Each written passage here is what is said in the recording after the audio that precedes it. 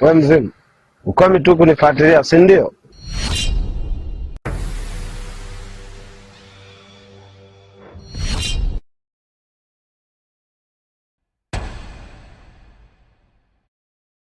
Nilishakwambia siwezi kuruhusu mzuru mwanangu.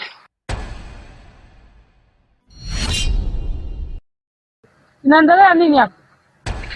Hayakuhusu. Ni kweli hayanihusu. Kina, njoo tuondoke. Wewe binti, huo mzimu na mwanae mara moja.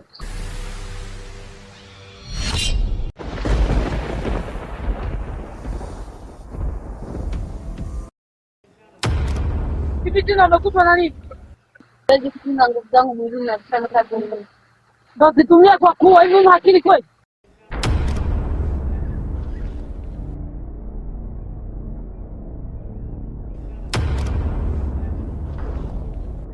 Kina, tuondoke.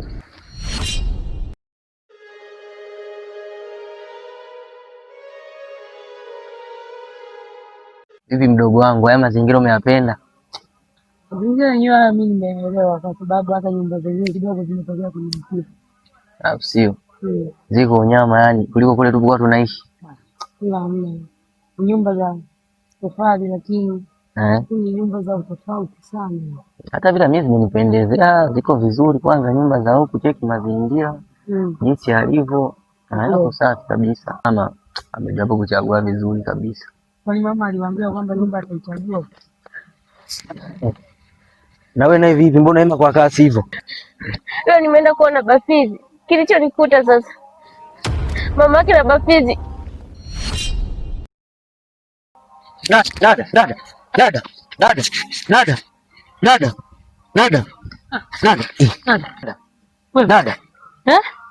Sasa sikia, huyu amezimia, kaa naye hapa. Ngoja nikampatie dawa. Sawa.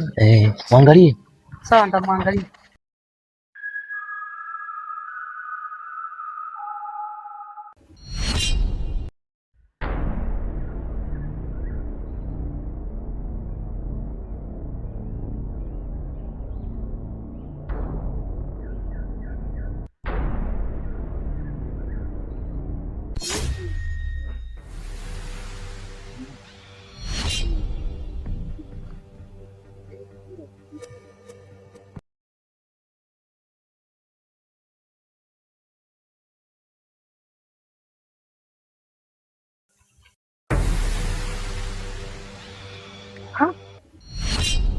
Bakia naye ni mshirikina.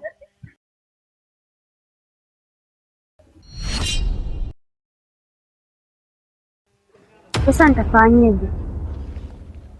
Mpaka muda huu nimebaki mwenyewe. Ule mzimu na yule kijana unahitaji msaada. Nitajua cha kufanya.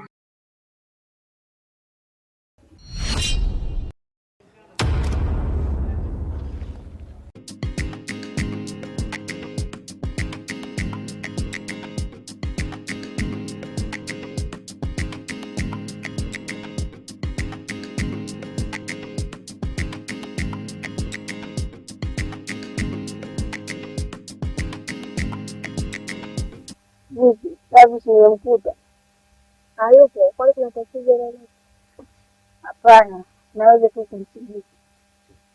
Sawa, hakuna shida.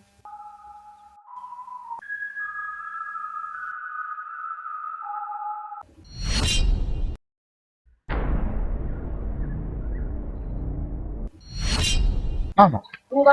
Pole sana mwanangu, ila kuwa makini, maana upinzani umeongezeka. Mama, hivi kwa nini anikuta yote haya lakini? Nimekosa nini mimi? Ndio dunia ya sasa.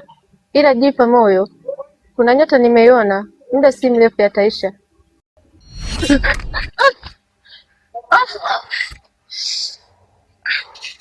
Mama, unataka kuniua na pressure mimi.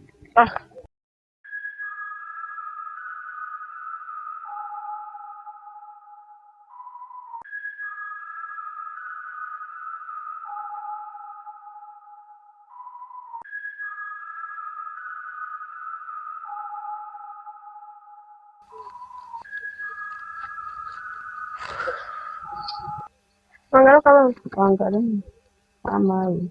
kazemo. Hola. Wenga hali yetu. Natoka na rafiki yangu David mama. Niko kwa rafiki wako David. Ila mwana one enjo. Tabia yako yani ya bubi. Ete ya wiza. Hebu kama kubadilika mwana wane uje msimamo angu. Sawa mama, naomba nisamehe. Sio tena kurudi kunichelewa. Enjo. Lola limekulangwa na babyere bako. Ukulangwa na werero. Nene noyera hena aho gete. Ululanyike nayo mpana makwani basi. Naomba nisamehe mama yangu, sio tena.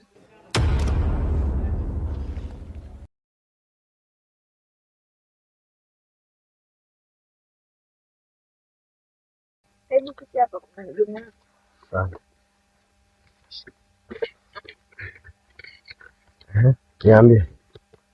Kaka, mimi nimekuja hapa, mama ameniagiza. Anataka msaidie kupata damu na ukoo wa watatu. Ana shida gani mpaka ahitaji damu ya huko? Anaumwa ugonjwa wa kansa ya ini. Alipofikia ni hatua mbaya sana, anaweza kupoteza. Naomba nisaidie. Kwani damu ya huko inaweza ikaponya huo ugonjwa? Ndio, inasaidia kuponya maradhi yote, hata kama mtu akiwa ameshikiliwa kwa mipango ya mwanadamu, inasaidia pia. Sawa, ngoja nikuangalizie.